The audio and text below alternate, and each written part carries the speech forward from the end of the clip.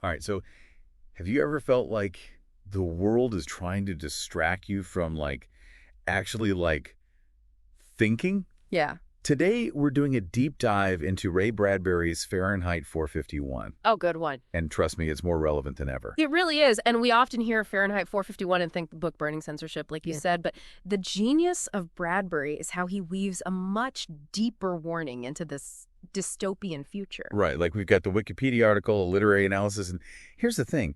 Bradbury wasn't just afraid of governments banning books. He was afraid of us, choosing not to read them. Exactly. And to truly unpack Fahrenheit 451, we have to remember the world in which it was born in the early 1950s, the Red Scare McCarthyism. Right. This wasn't some abstract fear. It was playing out on the news every night. And Bradbury had seen firsthand the consequences of unchecked power, Nazi book burnings, suppression of free thought in the Soviet Union. Huh. These weren't just history lessons, Dan. No, they fueled his fiction, but here's where it gets interesting. This was also the golden age of radio. The rise of television technology Bradbury saw as a double-edged sword. Okay, unpack that for me. On one hand, mass communication, new ideas spreading faster, but Bradbury also saw how easily those mediums could be used to pacify, to entertain people into complacency. Remember, this is a world where the average person has giant TV walls, and they're more interested in those than real human connection. Whoa, that does sound eerily familiar. So are you saying Bradbury might have been onto something with this whole technology leading us away from deep thought thing? It's a question worth considering, and that's where our protagonist, Guy Montag, comes in, a fireman, but not the kind we're used to. Right, he starts the fires. But he's not some mustache-twirling villain, is he? At least not at first. No, and that's the brilliance of Bradbury's writing. Montag at the start is a product of this world. He finds satisfaction in his work, the spectacle of burning books. He's bought into the system completely. So how does he go from obedient fireman to, well, someone who risks everything for the written word? I'm guessing it's not one dramatic speech. It's much more subtle and ultimately more human. It starts with seeds of doubt planted by a most unlikely character, Clarice. She's not your typical teenager. She represents an archetype we see throughout literature, especially in dystopian stories. Hit me with that architect knowledge. She's the outsider, the one who sees the cracks in the facade, who asks the uncomfortable questions that no one else dares to utter. And by doing so, she disrupts the carefully constructed reality of those around her. Yeah, and you know her weapon of choice. It's a simple question. Are you happy? Oh man, talk about hitting a nerve. In a world obsessed with entertainment and distractions, who has time to even think about happiness, let alone question it? Precisely, Montag, this model fireman who's supposed to be like the epitome of contentment, is suddenly forced to confront the possibility that he's not. And once that thought bubble is popped, There's no going back. It's like a hairline fracture in his carefully constructed reality. And through that crack, he starts to see the emptiness, the shallowness of the world around him, starting with his own marriage. Right? His wife, Mildred, she always struck me as more interested in her TV family than actual human interaction. Is Bradbury painting her as a villain here? Yeah. Or a victim of this technology-obsessed society? Yeah, that's a good question. I think it's a bit more nuanced than that. I see Mildred as a cautionary tale. She embodies the dangers of surrendering to passive entertainment, of prioritizing the virtual over the real. And she pays the price. I mean, attempting suicide by overdosing on sleeping pills.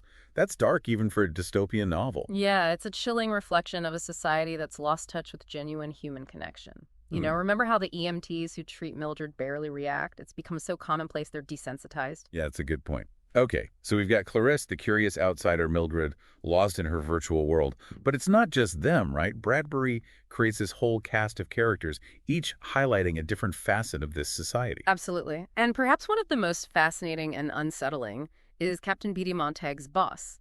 He's the one who embodies this fascinating paradox. The whole book-burning fireman who loves literature thing. Right. Talk about a walking contradiction. Right. Here's this man whose job it is to destroy knowledge, and yet he's clearly well-read.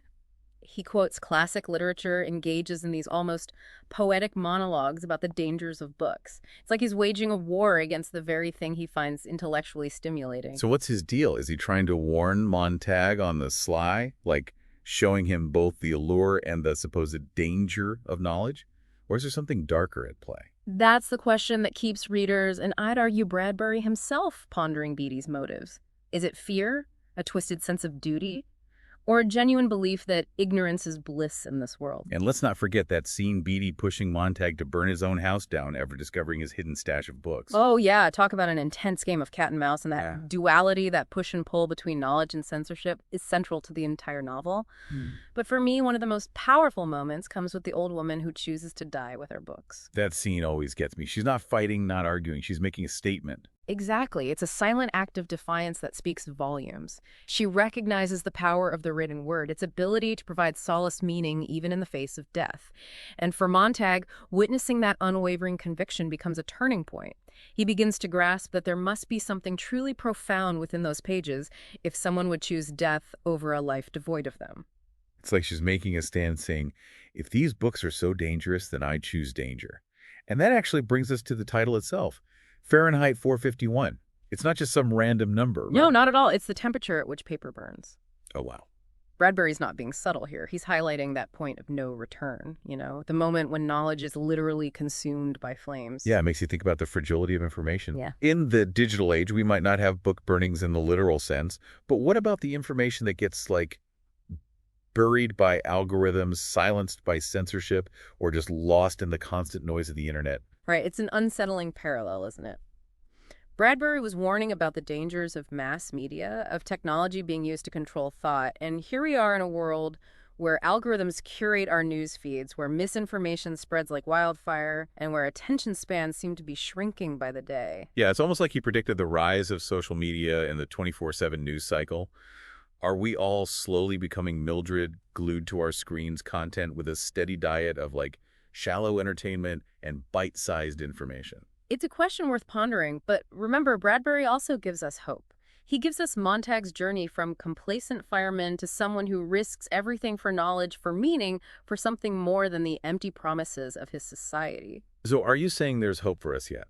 That we can break free from this cycle of distraction and rediscover the power of critical thinking, of genuine human connection? That's the beauty of Fahrenheit 451, and I think the mark of any great work of literature, it doesn't offer easy answers. It challenges us to ask the difficult questions, to confront the uncomfortable truths about ourselves and the world we're shaping. And it's a conversation that continues to resonate not just through the written word, but through film adaptations, stage plays, even a video game. Yeah, it's a testament to the power of Bradbury's vision that Fahrenheit 451 has transcended its medium to become a cultural touchstone.